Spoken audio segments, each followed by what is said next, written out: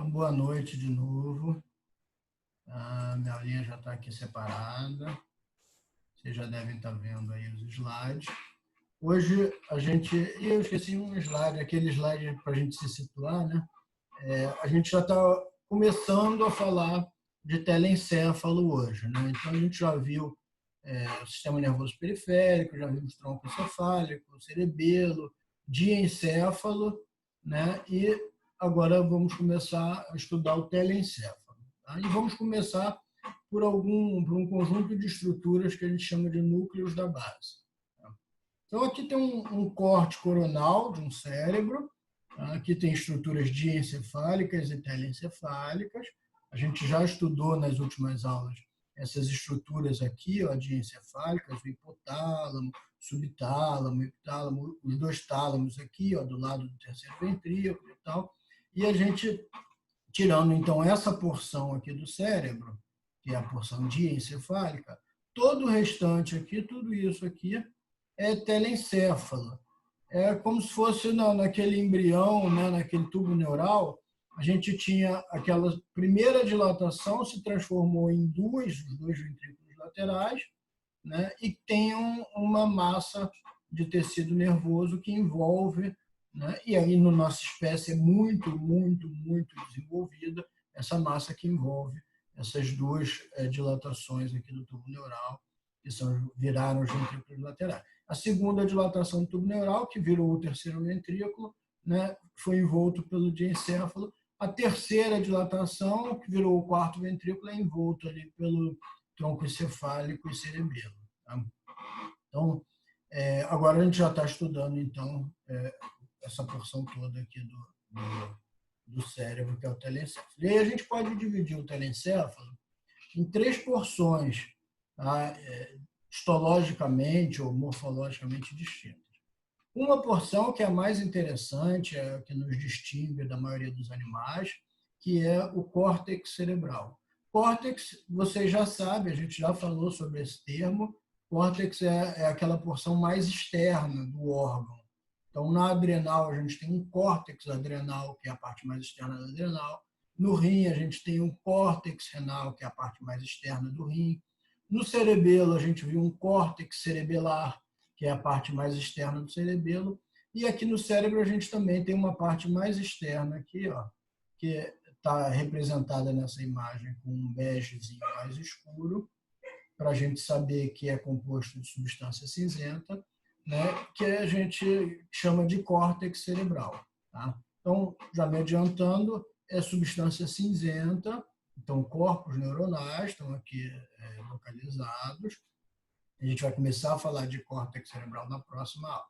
Mais profundamente ao córtex cerebral, a gente tem uma parte aqui que está num bege mais claro, que a gente chama de centro branco medular. Tá? É composto com tanto substância branca, uma parte de substância branca, em alguns trechos bastante volumosa, como aqui, em alguns trechos mais estreita, né, mais delgada, né, que obviamente é composto por aquelas fibras nervosas, mielinizadas, né, predominantemente mielinizadas. A gente não encontra corpos neuronais nessas regiões, né, que são, então, regiões responsáveis por trazer informação daqui para regiões mais centrais ou daqui para regiões mais periféricas. Tá?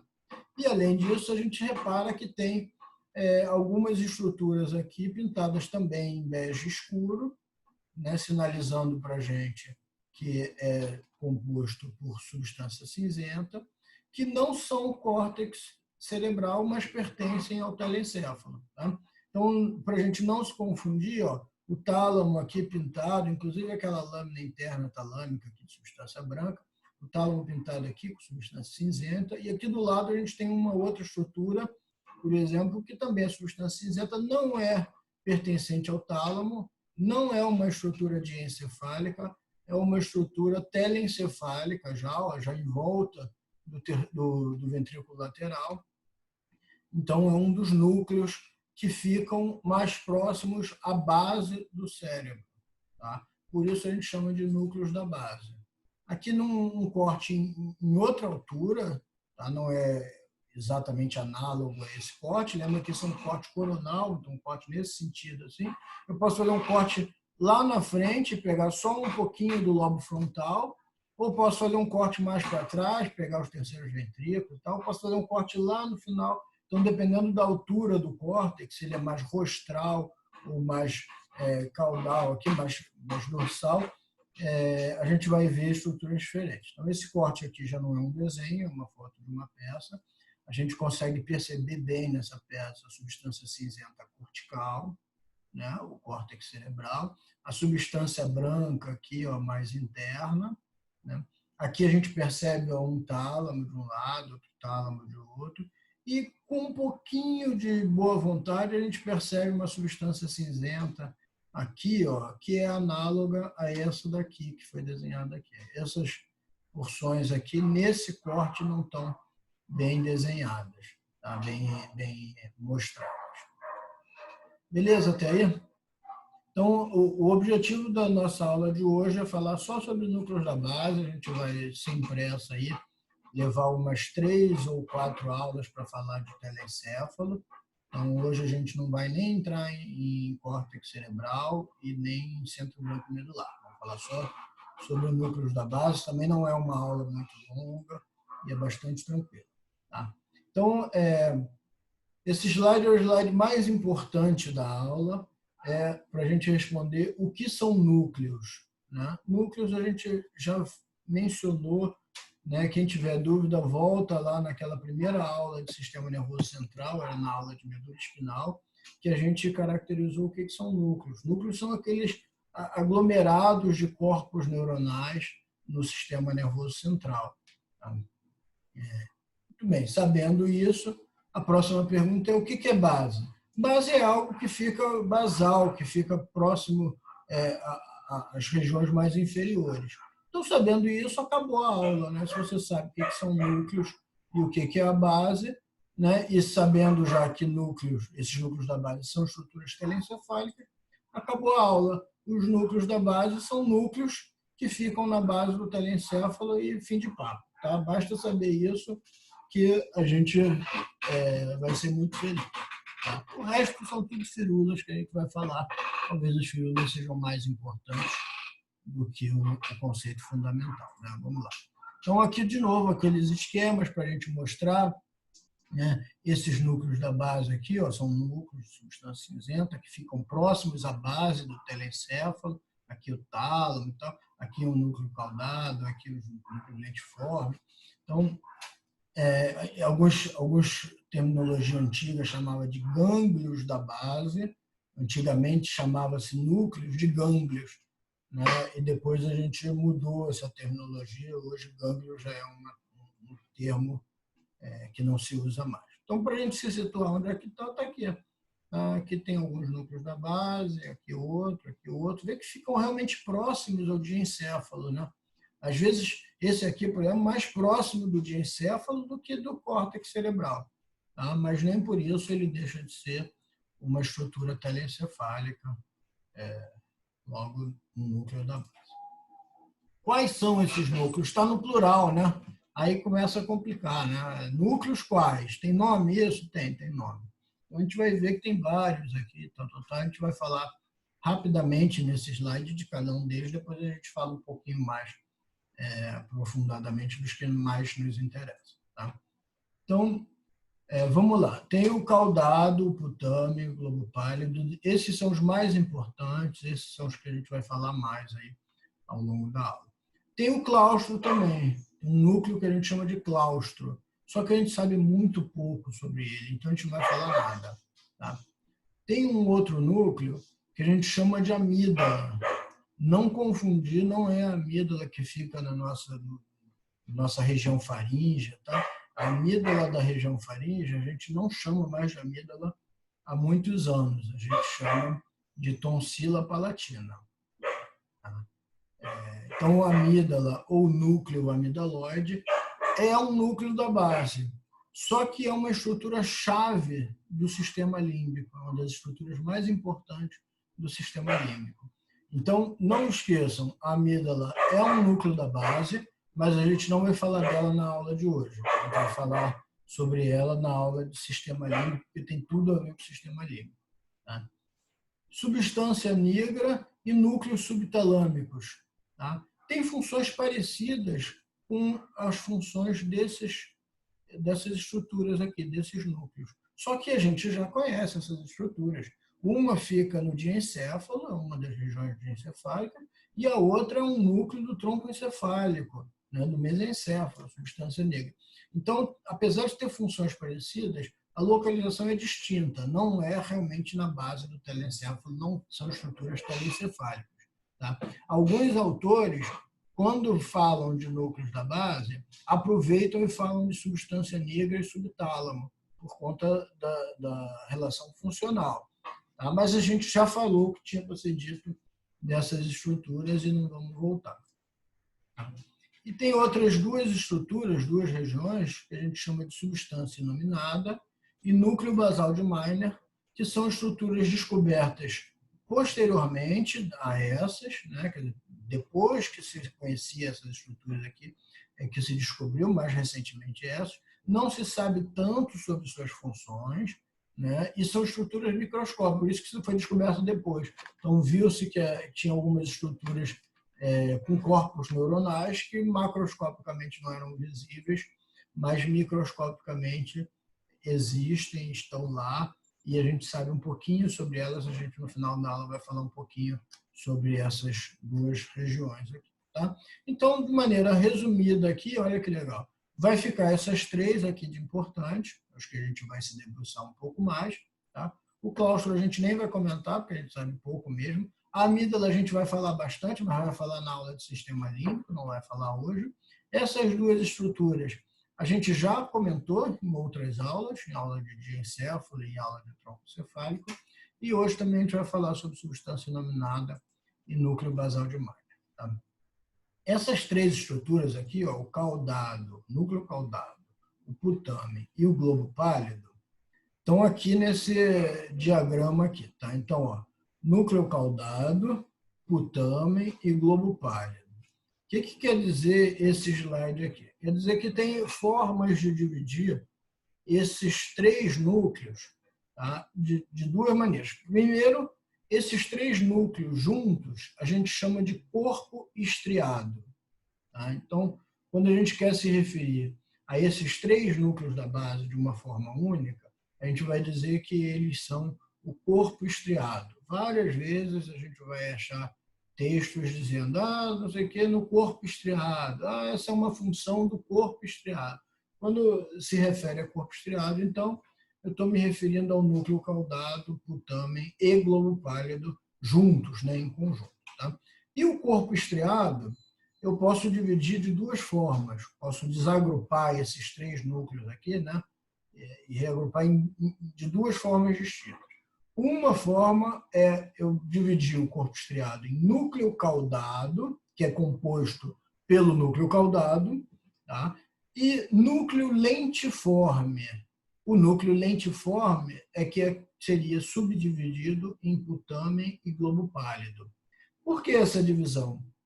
Porque o núcleo lentiforme, voltamos aqui algumas imagens aqui, a gente vai ver. O núcleo lentiforme é essa estrutura aqui, ó, que está próxima. Tá? E o núcleo caudado é essa daqui, que está mais afastada. Então, alguns autores falam assim, não, isso aqui é uma coisa, eu chamo de núcleo lentiforme, isso aqui é outra coisa, eu chamo de núcleo caudado. Tá? Então, são duas estruturas divididas dessa forma. Tá? Então, o corpo estriado posso dividir em núcleo caudado e lentiforme. O lentiforme seria composto pelo putame e globo pálido. Mas tem uma outra forma de dividir também o corpo estriado, com base principalmente na sua estrutura microscópica e até funcional. Tá? Aí eu dividiria o corpo estriado numa região, numa porção que eu chamo de estriado. Então, cuidado para não se confundirem. Corpo estriado é o conjunto desses três núcleos. Estriado é uma região ou um conjunto com o núcleo caudado e o putame. Professor, mas o putamen fica longe do núcleo caudado, se mostrou naquela imagem, então fica do ladinho do globo pálido e longe do núcleo caudado. Por que essa divisão? Porque nessas duas estruturas se observa um grande número de estrias, de fibras nervosas. Tá? Então, histologicamente, essas duas regiões se assemelham e diferem dessa outra aqui, que é o globo pálido, que a gente pode chamar também de pálido. Tá? Então, duas formas de dividir o corpo estriado. Uma delas é núcleo caudado e lentiforme, sendo o núcleo lentiforme composto pelo putame e globo pálido, e a outra forma é dividir o corpo estriado em estriado e pálido, sendo o estriado composto pelo núcleo caudado e putame. Tá? Revisem isso, porque isso aqui é quase que um trava-língua, é uma pegadinha, todo mundo se confunde nisso. Então, deem uma revisada depois para lembrar dessa divisão. Tá? Muito bem. Então, a divisão aqui em estriado e pálido, a gente mencionou rapidamente, tem base, né? Apesar da divisão em núcleo caudado e núcleo lentiforme, do ponto de vista anatômico, ser mais coerente, né? Uma está junto, né? O núcleo lentiforme, o pálido e... A cachorra está arranhando a porta aqui, desculpa.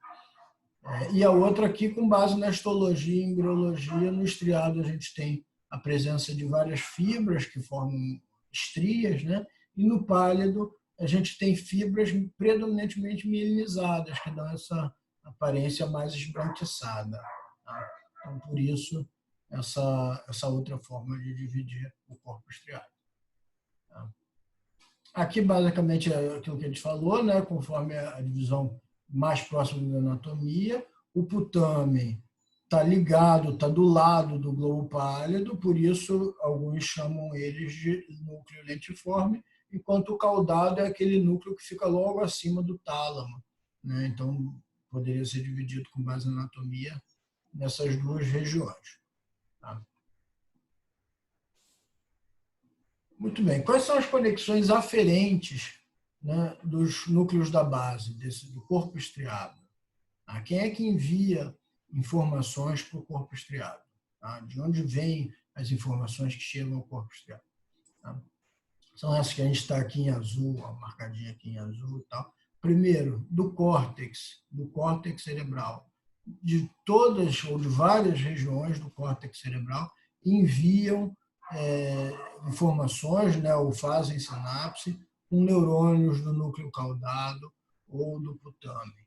Tá? Então, as informações aferentes vêm do córtex, vêm também da substância negra, tá? Vem também do subtálamo, aqui acho que não está representado, e vem também do tálamo, especificamente, daqueles núcleos intralaminares, a gente não tem a menor pretensão de decorar o nome desses núcleos, mas só lembrando, lembra que o tálamo era dividido em 3 regiões, tinha uma parte, uma lâmina medular interna, né, de substância branca, que dividia essas 3 regiões e tinha alguns núcleos intralaminares ali dentro dessa lâmina de substância branca. São esses núcleos intralaminares que enviam informações para o corpo estriado. Tá?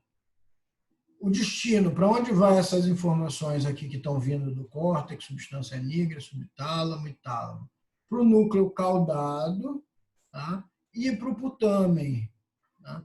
Para aquela região que a gente chama de estriado. Olha como é que funcionalmente, apesar de eles estarem longe, né? Eles funcionalmente são interessantes. São regiões de aferência, são regiões onde as informações chegam no corpo estriado, chegam pelo núcleo caudado e chegam pelo putamen, de diferentes regiões aqui do sistema nervoso. Tá? E as eferências? E ficou com as setinhas já aqui. As eferências são os neurônios que estão em vermelho aqui. Ó. Primeiro, as informações saem do putamen, tá? E do núcleo caudado, então do núcleo caudado e do putame, e são enviadas para o globo pálido, aquele outro núcleo que está localizado logo ao lado aqui, mais medial ao putame. Então, interessante, né? Essa disposição de informações chegam por esses 2 núcleos aqui que compõem o estriado, são processadas aqui, né, por esses neurônios, enviadas para o pálido, enviadas para o globo pálido, também processadas por neurônios no globo pálido, E do globo pálido, as informações são enviadas para a substância negra, para o subtálamo, para a formação reticular e para o tálamo. E do tálamo, a gente sabe, vai para o córtex. Lembra que a gente mencionou que o tálamo é a porta de entrada para o córtex? As informações que vão para o córtex cerebral passam pelo tálamo antes de irem para o córtex cerebral. Então, as informações vindas do estriado aqui, do corpo estriado, passam para o tálamo e de lá vão para o córtex. Mas a gente tinha mencionado no slide anterior que diferentes regiões do córtex enviam informações para o corpo estriado. Só que quando a informação sai e vai voltar para o córtex, ela só volta para as regiões motoras do córtex cerebral. Tá? Então, de certa forma, a gente pode dizer que o corpo estriado funciona como um sistema de relé. Lembra que a gente mencionou isso na aula de tálamo? A gente mencionou isso na aula de cerebelo, aquele circuito que sai do córtex, passa pelo cerebelo, tem aquele sistema de checagem, inclusive com os núcleos centrais do cerebelo, e aí volta para o córtex motor, para de lá ter uma informação motora descendente. Aqui vai funcionar de forma bastante parecida. Sai do córtex, vai para o corpo estriado para voltar, passando pelo tálamo, voltar para o córtex. E também outras regiões que a gente sabe que estão envolvidas com motricidade. A gente já falou de todas essas 3 regiões aqui, né, das 4 regiões, na verdade, e sabemos que as 4 regiões estão envolvidas com controle motor. Tá? Então, é óbvio que a função dos núcleos da base vai ser mais uma daquelas regiões que a gente associa a controle da motricidade. Tá? Então, a principal função do corpo estriado, de maneira geral, parece ser o controle motor, especificamente o planejamento motor e a iniciação dos movimentos. Tá? Aquele primeiro ato de movimentação parece ser mediado por neurônios localizados nos núcleos da base.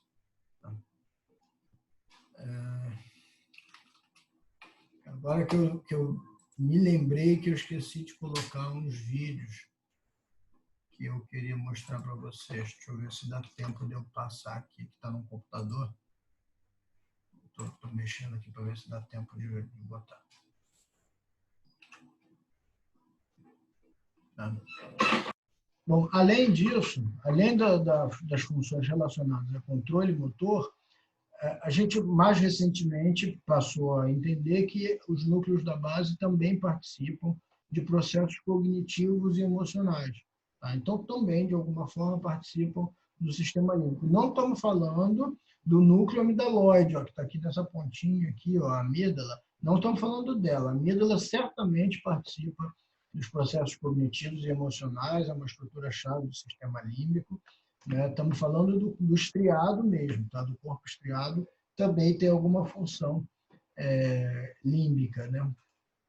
Embora seja pouco conhecido. Quais os sintomas de mau funcionamento aí do corpo estriado? Quando tem algum problema com o corpo estriado, como é que isso se manifesta clinicamente? De algumas formas relacionadas à motricidade. Diminuição, né, disfunção, ou diminuição ou aumento do tônus muscular. Então, o tônus muscular é a capacidade dos nossos músculos estriados, esqueléticos, estarem sempre contraídos. Então, nossos músculos são sempre contraídos num tônus que não provoca movimento. Então, quando eu estou aqui sentado na cadeira, para eu não esparramar aqui feito gelatina, eu tenho vários músculos do meu eixo central do corpo, os músculos axiais, que estão contraídos na medida certa para manter meu esqueleto nessa posição corpórea. Quando a gente dorme, o nosso tônus muscular diminui. A gente tem uma diminuição do tônus muscular, mas não tem ausência de tônus muscular. Ainda que a gente esteja dormindo, relaxado e tal, a gente ainda mantém tônus muscular. Tá? Quando a gente está em estados comatosos, profundos, aí sim a gente tem ausência de tônus muscular. Né? Então, quando a gente tem mau funcionamento do corpo estriado, a gente vê diminuição do tônus muscular ou aumento. Às vezes a gente vê também aumento, hipertonia muscular. um indivíduo que anda meio duro, meio robocop. Tá? Outro sintoma de mau funcionamento do corpo estriado é o aparecimento de movimentos anormais. Se o vídeo rodar aqui, eu acabei de passar o vídeo via Dropbox para o computador que eu estou dando aula. Se o vídeo rodar, a gente vai mostrar aparecimento de movimentos anormais em duas doenças conhecidas. Tá? E distúrbios de iniciação de movimentos. Lembra que a gente falou que o corpo estriado está relacionado com motricidade, mas principalmente com planejamento e iniciação de movimento? Então, em alguns distúrbios de corpo estriado, em algumas doenças, algumas lesões que afetam o corpo estriado, o que se vê é uma pessoa que não consegue iniciar o movimento, ela tem um stop, ela quer fazer o movimento, parece aqueles sonhos, né? Quem já teve esses sonhos que você quer correr e não consegue correr, você está vendo o monstro, você quer correr e não consegue começar a correr, parece isso algumas doenças. Tá? Em outras apresentações, você tem uma iniciação de movimento abrupta, não harmoniosa. Então, eu vou pegar um copo d'água, em vez de eu dirigir minha mão, eu dou um solavanco, assim, depois eu consigo ajeitar e acalmar minha mão para pegar o copo, mas o início do movimento é mal feito, não é harmonioso. Então, aquele circuito de relés, olha como é interessante, né? Aquele circuito de aferências vindas do córtex e de outras regiões motoras, passando por duas regiões aí do corpo estriado, né? Pelo estriado, indo para o pálido e depois voltando para o córtex motor, é provavelmente um circuito de checagem, né? Para fazer com que a iniciação dos movimentos e o planejamento e a execução dos movimentos seja feita de forma harmoniosa, não abrupta, sem tremores, né? E de forma dentro do que a gente considera normal, né? Então, quais as síndromes clínicas bastante associadas aos núcleos da base, a disfunções de núcleos da base? Tá? Então, alguns tremores, tem vários tipos de tremores, a gente não vai entrar em detalhes, mas tem várias classificações, vários tipos de tremores que pacientes podem apresentar, e o neurologista tem que discernir o tipo de tremor, né? Mas vários deles estão associados a distúrbios de núcleos da base. Tá? Um deles, aí mais conhecido, né, que a gente até separa aqui, é o Parkinson, né, a doença de Parkinson, que pode também apresentar tremor, não é a única apresentação do Parkinson, né, mas pode apresentar tremor, e os núcleos da base estão envolvidos, sim, na doença de Parkinson, a gente vai falar um pouquinho mais. Uma outra doença, e bem menos comum que o Parkinson, de longe é a mais comum dessas todas, né, seguida por outros tipos de tremor. Essas três aqui são mais incomuns. A gente separou também um vídeo de Coreia para mostrar para você o que é. A tetose e o mimelismo a gente não separou, não, mas são outras doenças que afetam a movimentação, que apresentam movimentos anormais, paralisia, movimentos involuntários. Tá? Então, o que é a Coreia? O nome Coreia é um derivativo de dança, porque os pacientes com Coreia apresentam movimentos involuntários, quer dizer, sem controle voluntário sobre esses movimentos, que lembram uma dança. Parece, aí de novo, né? Parece a Vitória, da Ana Vitória, que fica no palco lá fazendo os movimentos assim. Você já me disseram que não gosta de Ana Vitória, vou parar de falar dela. Tá? Mas ficam fazendo os movimentos com as mãos assim, que são danças. Se o vídeo rodar, a gente vai ver isso. Tá? É bastante provável, não é ainda certo, mas é bastante provável que seja uma alteração na produção e liberação de um neurotransmissor, o ácido gama-aminobutírico, que a gente apelida de GABA, né? Ele é amplamente conhecido como GABA, é um neurotransmissor importantíssimo aí, que parece estar alterada a sua produção e liberação por neurônios dos núcleos do corpo estriado e que causam esse tipo de manifestação clínica. Vamos ver se o vídeo roda aqui. Ah, está rodando. Ó. Então, esses movimentos aí dessa paciente são absolutamente involuntários. Tá? Nesse caso aí, não parece tanto uma dança, talvez um pouquinho com o movimento dos pés, né? Agora a gente está vendo só os os meneios aí de cabeça, abertura de boca, tudo isso com movimentos involuntários, ela não está querendo fazer esses movimentos, né? Isso é uma disfunção provocada por alteração dos neurônios do corpo estriado. Você vê que interessante aí a falta de harmonia, a falta de controle de movimento, né? E, obviamente, com um transtorno enorme para a vida dessa pessoa, desses pacientes, né? Muito mais, acho que até muito mais grave do que o Parkinson, né? O Parkinson é outra doença que a gente vai comentar, porque a aula hoje é curtinha mesmo, daqui a pouco a gente... Professor, e tem tratamento ou remédio, alguma coisa? Eu não vou saber te dizer como é o tratamento, se é eficaz, tá? Mas eu sei que tem tratamento sim. Tá?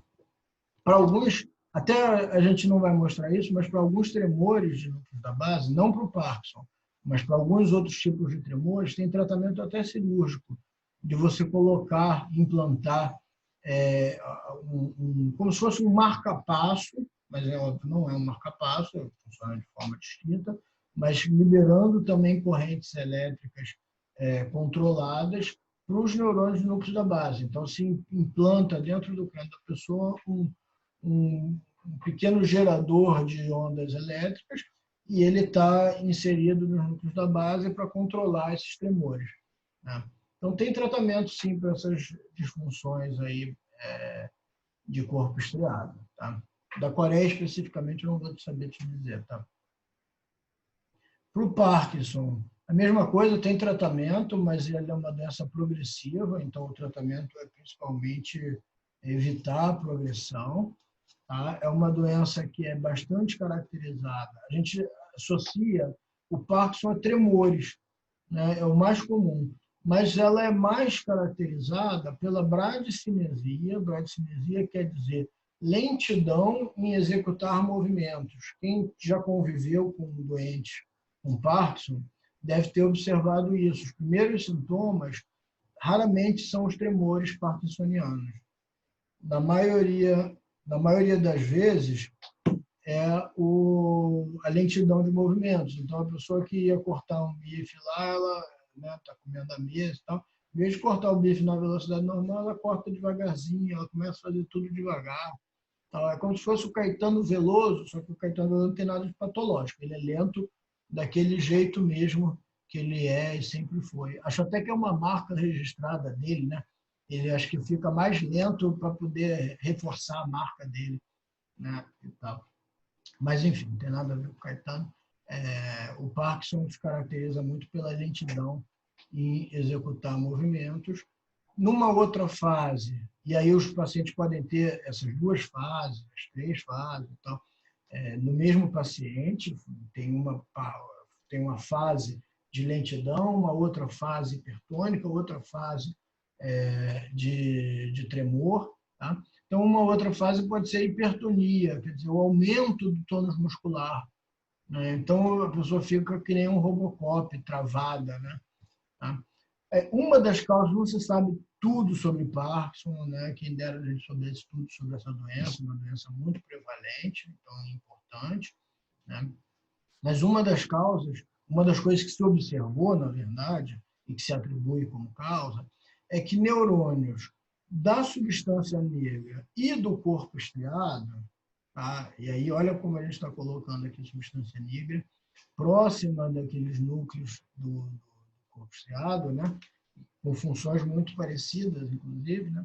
Então, nesses neurônios aqui, se observou uma baixa concentração de dopamina em pacientes com Parkinson. Então, óbvio, tem que esperar o cara morrer, o cara que tinha Parkinson lá morreu, você pega outras pessoas que morreram e não tinham Parkinson, pega os núcleos da base, o corpo estriado e a substância negra desses dois grupos de pessoas, não é uma pessoa só, tem que ser um grupo, e aí foi visto que existe menos concentração de dopamina nas pessoas que tinham Parkinson do que nas pessoas que não tinham Parkinson.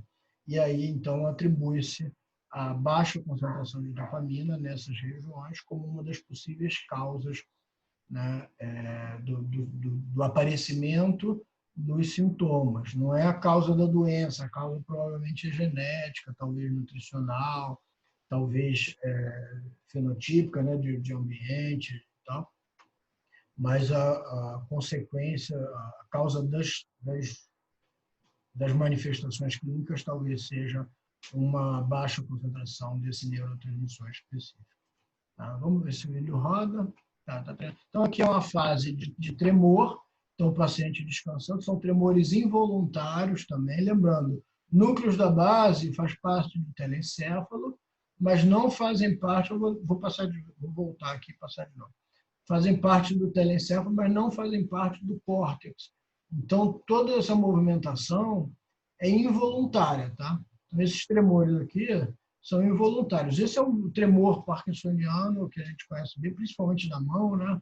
Isso é bastante comum na hora de se alimentar, o paciente treme na hora de levar a coisa na boca, a comida na boca. Aqui o movimento de andar no Parkinson, fora do período, balança muito para se movimentar. E depois tem um período de freezing, um período onde a pessoa se congela, os pés estão atolados, estão fixados no piso, e ela não consegue iniciar o movimento. Tá? Depois está num período normal, aí volta a andar normal. A mesma paciente, olha que interessante. Né? Então, num período, ela não está totalmente normal, você vê que ela não balança os dois membros superiores de forma harmoniosa, né? Você vê que a movimentação não é totalmente normal, a marcha dela não é totalmente normal, ela anda meio que rebolando, vamos dizer assim, né? Então, acho que o vídeo voltou. Então, aqui a gente viu 3 fases diferentes. Uma de tremor, não sei nem se era o mesmo paciente ou não, o tremor parkinsoniano é aquilo que é mais divulgado, que a gente sabe. Então, a falta na harmonização dos movimentos, isso involuntariamente, né? Então, os movimentos não são controlados, eles iniciam e param, né? Iniciam e param, e isso a gente acaba vendo como um tremor. Uma outra fase de andar mal executado, com muitos balanços de membros inferiores e superiores, e uma outra fase onde o paciente trava e não consegue iniciar o movimento. Tá? Ele quer iniciar voluntariamente, ele fala, dei o próximo passo, mas não consegue, está travado. É aquela analogia que eu fiz daquele sonho que às vezes a gente tem, que é correr e não consegue. Beleza. Corpo estriado ventral. Existem algumas, já estamos acabando, acho que falta esse slide mais um, curtinho hoje.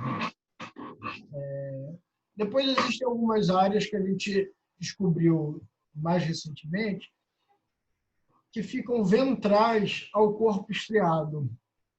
Então, a gente tem o corpo estriado, ventral a esse corpo estriado, a gente tem algumas áreas microscópicas, tá? Por isso foram descobertas mais tardiamente, também de substância cinzenta, que foram chamadas de corpo estriado ventral. Tá? O nome já deixa claro onde é que elas estão e por que elas têm essa nomenclatura. Então, áreas ventrais ao corpo estriado, que podem ser consideradas parte do corpo estriado ou parte dos núcleos da base. Tá? Aí a gente divide em estriado ventral e pálido ventral. O estriado ventral é aquele que fica logo abaixo do putamen, né? E o pálido ventral, ou do núcleo caudado, desculpa, e o pálido ventral que fica logo abaixo do globo pálido. Tá? Então, quais as funções dele associadas? Né? Então, o estriado ventral a gente chama também de núcleo accumbens, esse nome aqui mais complicado para dificultar a nossa vida. Tá? Então, o núcleo accumbens representa a porção de corpo estriado ventral que fica abaixo do estriado, fica ventral ao núcleo caudado, né, que é parte do estriado, mas tem as mesmas funções associadas ao corpo estriado dorsal, né, vamos dizer assim. Então, as funções de motricidade, controle motor, tônus muscular, iniciação de movimentos, essas mesmas funções que a gente acabou de dizer, são associadas ao núcleo accumbens. Mas, além disso, além dessas funções, existem também conexões muito bem caracterizadas com estruturas límbicas, com o sistema límbico. E parece que, então, o núcleo accumbens está associado a ações motoras associadas a processos emocionais. Tá? Então, quando a gente tem ações motoras associadas a processos emocionais, e aí emoção aqui não é aquela emoção, morro de amor pela música da Ana Vitória. Não, não é isso. São emoções, a gente vai falar disso na aula de sistema límbico, são aquelas emoções básicas de raiva, medo, né?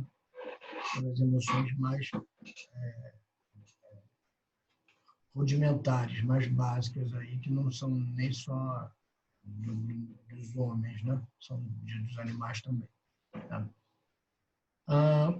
Então, além do estriado ventral, a gente também tem o pálido ventral, que é composto por uma região que a gente chama de substância iluminada. Os primeiros caras que descreveram essa região, que fica abaixo do globo pálido, não tinham um nome melhor para dar e deram substância iluminada. Olha que sem vergonha, né?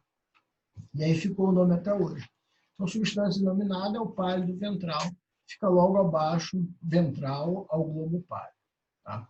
Dentro da substância iluminada, em parte da substância iluminada, a gente tem um núcleo que esse sim recebeu um nome de núcleo basal de Meinert, que é interessante. O núcleo basal de Meinert, acho que esse já é o último, o penúltimo slide, o núcleo basal de Meinert recebe informações das áreas corticais associadas ao sistema límbico e envia referências, né, envia informações para praticamente todo o córtex cerebral, por fibras que usam o neurotransmissor de acetilcolina. Então, são fibras que a gente chama de colinérgicas.